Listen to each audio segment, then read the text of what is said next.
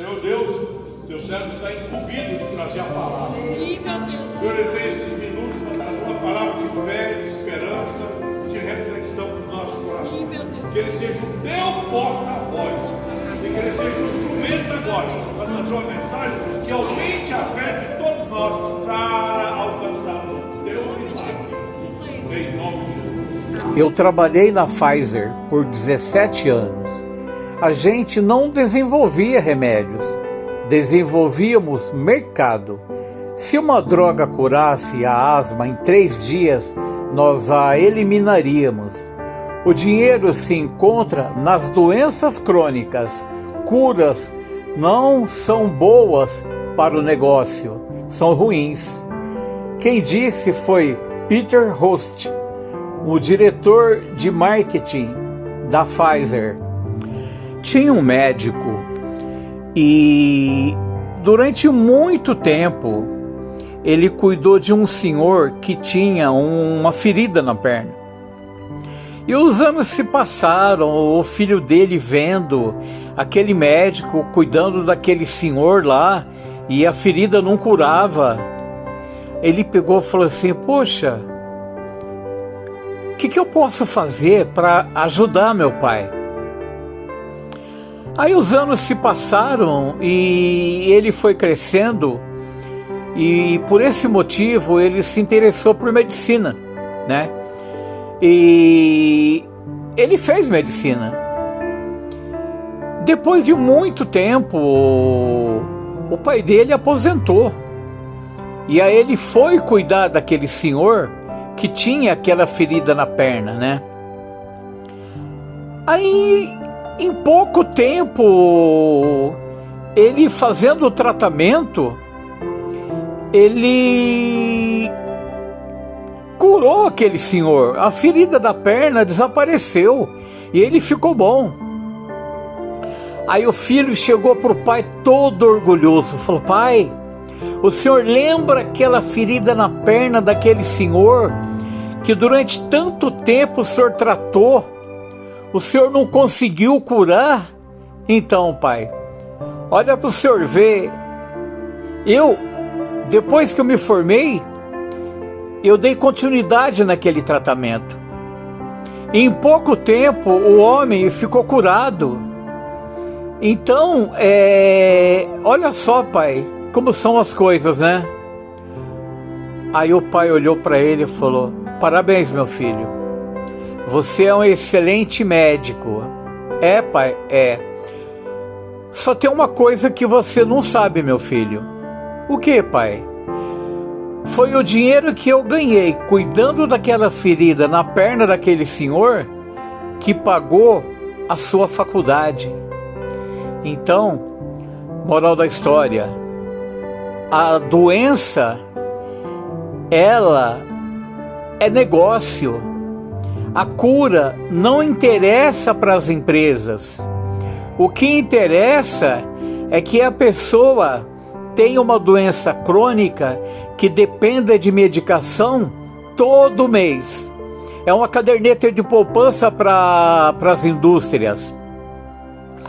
E só que detalhe, o remédio ele é tão controlado que o paciente ele não pode ser curado, mas também ele não pode morrer, porque se ele morrer, você vai acabar matando a galinha dos ovos de ouro. Agora eu vou falar para vocês a respeito da engenharia de produto. O que faz uma engenharia de produto dentro de uma empresa? Antigamente você comprava uma televisão, os mais antigos vão lembrar, TV durava 10, 15, 20 anos. Não. Como que a empresa ia sobreviver se ela te vendesse uma televisão e você fosse comprar outra só dali 20 anos? A empresa ia à falência. Eu trabalhei numa empresa na engenharia de produto. O que acontece? Você deixava a peça rodando 24 horas. quando ela estourava, se desmontava, verificava as peças que estavam boas e as peças que estavam ruins. Aí o que você fazia?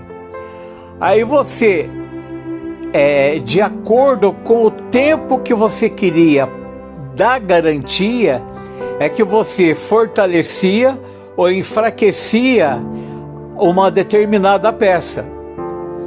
Hoje, por exemplo, qualquer aparelho eletrônico, carro, televisão, principalmente a televisão, não dura mais 15, 20 anos. E esse é o motivo. O produto, ele é projetado para dar defeito. Então, durante o período da garantia, você pode ficar despreocupado. Você pode ficar tranquilo, que você não vai ter problema, porque ele foi projetado para não dar problema. Agora, passou o prazo de garantia, com certeza. Era uma vez um sábio que estava ensinando o seu discípulo. Aí ele levou o discípulo para uma cidadinha do interior e ficaram caminhando lá pelo interior até que eles avistaram uma fazenda. Gente pobre, uma casinha caindo aos pedaços, né? Aquelas crianças tudo mal vestida e um casalzinho lá fora, numa cadeira de balanço, né? Aí o sábio chegou e falou assim: vamos dar uma olhada lá naquela fazenda? Chegando lá, ele perguntou para o dono da fazenda: bom dia, moço. O moço respondeu: bom, né? Ele falou assim: como que é a vida aqui na fazenda? Ele falou assim: a vida aqui na fazenda é muito boa. Como assim? Moça, a gente tem uma vaquinha e essa vaquinha, ela dá o leite. A gente bebe o leite, com o leite também a gente faz o queijo, faz a manteiga, e aí a gente vai vivendo. Aí ele pegou e falou assim: ah, tá bom então,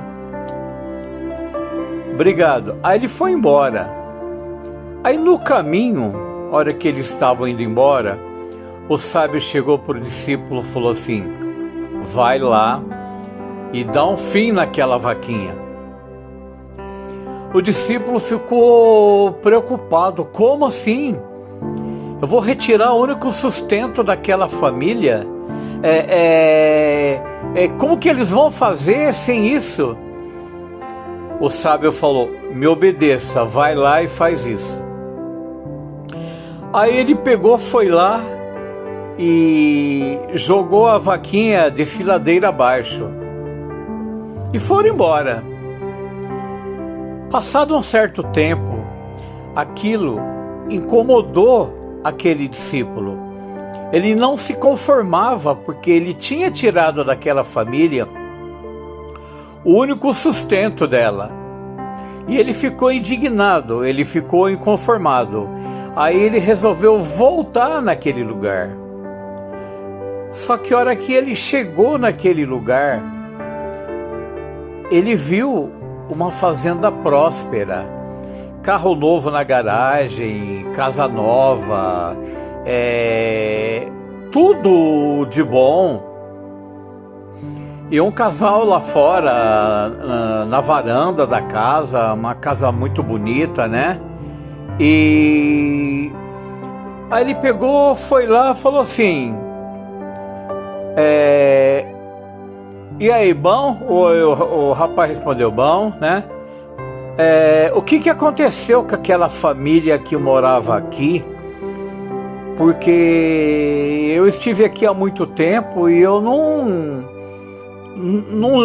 tô vendo mais onde eles estão, né? Aí o dono da fazenda falou: ah, é nós mesmo, agora eu tô lembrado do senhor. Ele pegou e falou: mas como assim? O que aconteceu para essa mudança, né?